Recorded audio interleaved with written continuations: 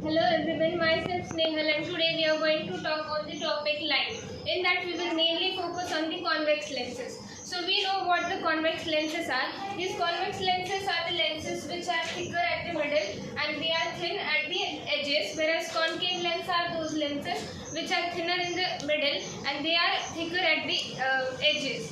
So this convex lens is also called as a converging lens because whenever the light rays pass, they strike the surface of the convex lens.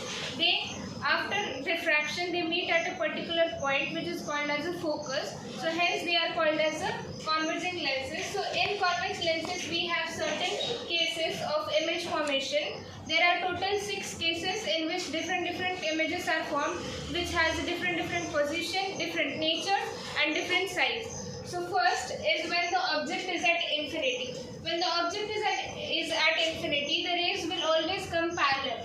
When they strike the surface of the convex lens after refraction, they will meet at a point called as focus, and that is why we call this lens as a converging lens. So the image which is formed here is very small, minute size, that is point sized image, which is real and inverted, and it is formed at the focus. That this is the principal focus.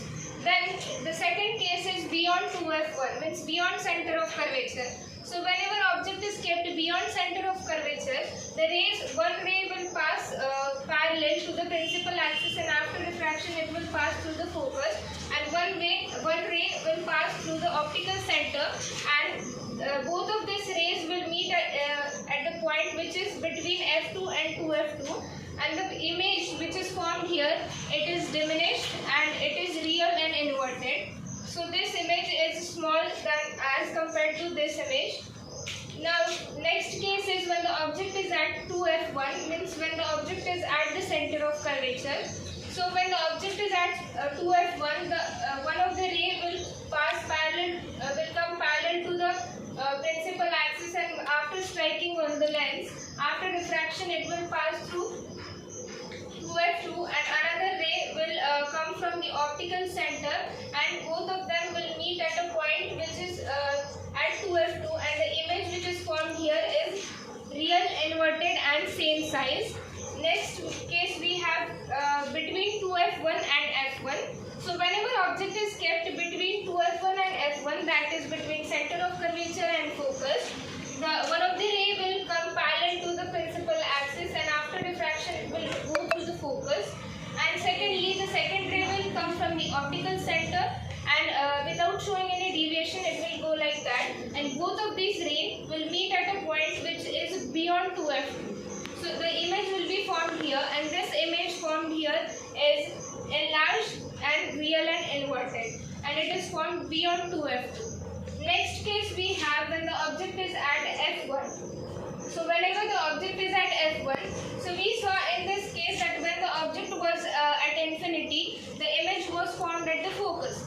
But when the object is at focus, the image will form at infinity. So both the cases are opposite of each other. So from here, the first ray will come parallel to the principal axis, and after diffraction it will go through the focus. And the second ray will come from the optical center, and without showing any deviation it will move away like that. And both of the rays will be parallel to each other, so they'll meet at infinity. Usually whenever in ray optics we consider that whenever the rays are parallel to each other, they will always meet at infinity. Now next case we have that is between f1 and optical center. O means optical center. So whenever the image object is between focus and optical center, that time a virtual and erect image is formed. This is an exceptional case because we saw that in all of these cases we got a image which was real and inverted. But this is the only case when we get virtual and erect image.